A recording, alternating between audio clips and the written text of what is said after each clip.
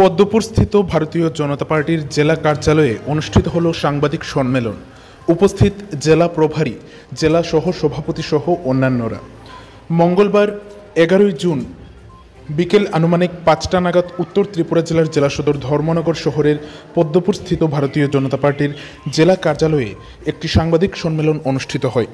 এই সাংবাদিক সম্মেলনটি মূলত লোকসভা নির্বাচনের ফলাফল সম্পর্কিত বিষয়কে কেন্দ্র করে অনুষ্ঠিত হয়, যেখানে উপস্থিত ছিলেন বিজেপির উত্তর জেলার জেলা প্রভারী তথা প্রদেশ সহ সভাপতি তাপস ভট্টাচার্য, বিজেপির উত্তর জেলার সহ সভাপতি জহর চক্রবর্তী, মহিলা মোর্চার ধর্মনগর মণ্ডলের সভানেত্রী রূপালী অধিকারী, ভারতীয় জনতা পার্টির উত্তর জেলার জেলা সম্পাদিকা গায়ত্রী ঘোষ, ভারতীয় জনতা পার্টির উত্তর ত্রিপুরা জেলার জেলা সহ সভাপতি অমিয়াংশু শর্মা সহ ভারতীয় জনতা পার্টির অন্যান্য কার্যকর্তাগণ। আমার পাশে উপস্থিত আছেন উত্তর জেলা কমিটির সহসভাপতি মাননীয় শ্রী জহর চক্রবর্তী মহোদয় এবং অমিয়াংশু শর্মা মহোদয়। আজকে আমরা অত্যন্ত আনন্দিত যে উত্তর ত্রিপুরা জেলাতে প্রত্যেকটা বুথে এবং পঞ্চায়েতে আজ বিজয় উৎসব পালন করা হয়েছে। আমি সেই বিজয় উৎসবে অংশগ্রহণ করার জন্য এসেছিলাম এবং 3টি মণ্ডলে আজকে আমি অংশগ্রহণ করেছি বিজয় উৎসবে। বিপুল উৎসাহ উদ্দীপনার মধ্য দিয়ে ভারতীয় জনতা পার্টির কার্যকর্তারা আজকে বিজয় উৎসব পালন করেছেন। আপনারা অবগত আছেন 9 তারিখ আমাদের সকলের প্রিয় শ্রী নরেন্দ্র মোদীজি তৃতীয়বারের জন্য প্রধানমন্ত্রীর দায়িত্ব গ্রহণ করেছেন। বিকশিত ভারতের যে সংকল্প তিনি গ্রহণ করেছিলেন,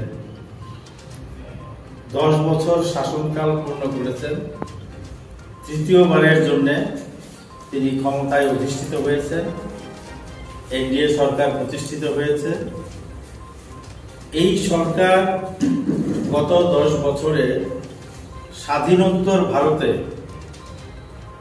সব থেকে বেশি এবং সর্বস্পর্শী কাজ করেছেন। এটা বলার অপেক্ষা রাখে না, এটা একটা ঐতিহাসিক দলিল। সমস্ত সম্প্রদায়ের, সমস্ত ধর্মের, সমাজের প্রতিটি অংশের মানুষের উন্নয়নের স্বার্থে তিনি যে কাজ করেছেন বিগত 10 বছরে, সেটা ভারতবর্ষের ইতিহাসে স্বর্ণাক্ষরে লেখা থাকবে। এবং বিকশিত ভারতের যে স্বপ্ন তিনি দেখেছেন, যে সংকল্প তিনি গ্রহণ করেছেন, সেই সংকল্পকে সামনে রেখে তৃতীয়বারের জন্য তিনি দায়িত্ব গ্রহণ করেছেন।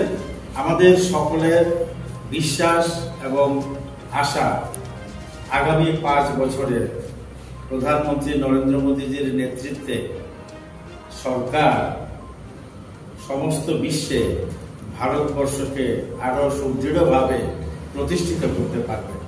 কারণ আজকের দিনে এমনিতেই গত 10 বছরের শাসনকালে মোদীজি ভারতবর্ষকে বিশ্বে অনেক উঁচু জায়গায় পৌঁছে দিয়েছেন, যেটা কল্পনা করা যায় না। সমস্ত ক্ষেত্রে সেই ভারতবর্ষের সামরিক শক্তির দিক থেকে বলুন, অর্থনীতির দিক থেকে বলুন, দারিদ্র দূরীকরণের দিক থেকেই বলুন, এবং ভারতবর্ষের মানুষের জীবন মান উন্নয়নের দিক থেকেই বলুন, এটা একটা ঐতিহাসিক পদক্ষেপ তিনি নিয়েছিলেন। আমাদের সকলের বিশ্বাস আগামী দিন মোদীজির নেতৃত্বে বিকশিত ভারতের যে সংকল্প, সেই সংকল্প সার্থক হবে।